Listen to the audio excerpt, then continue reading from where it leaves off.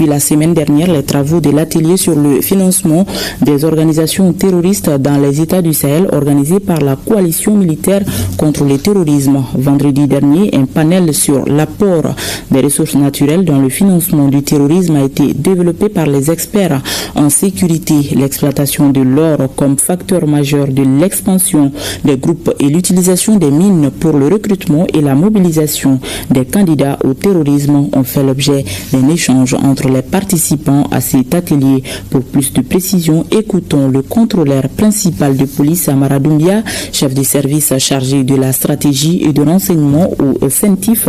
Il est au micro de Mamadou Fani.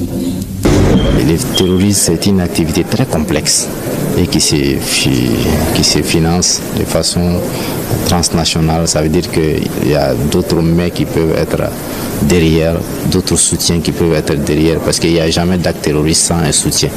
Mais on a les soucis, c'est comment arriver à appréhender ces personnes-là qui sont en train de financer. Comment détecter des cas de financement du terrorisme. Ça veut dire qu'il faut renforcer la capacité de nos États, les enquêteurs, les autorités de poursuite et d'enquête.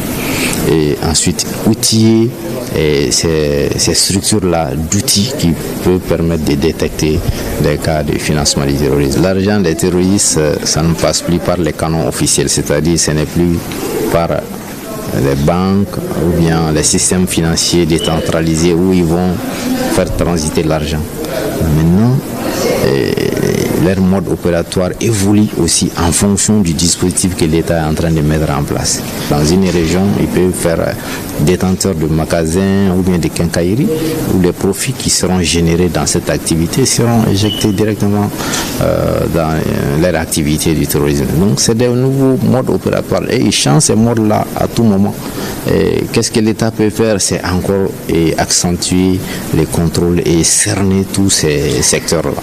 Aujourd'hui, aucun secteur n'est laissé, n'a été oublié par l'État. L'État a pris des dispositions en prenant un décret pour nommer une autorité. Ça veut dire qu'un responsable dans chaque domaine aujourd'hui, il y a un responsable qui est chargé de veiller à ce que l'argent ne soit pas mis à la disposition des terroristes. Parce que pour lutter efficacement contre ces phénomènes, il faut tarir les sources de financement des terroristes.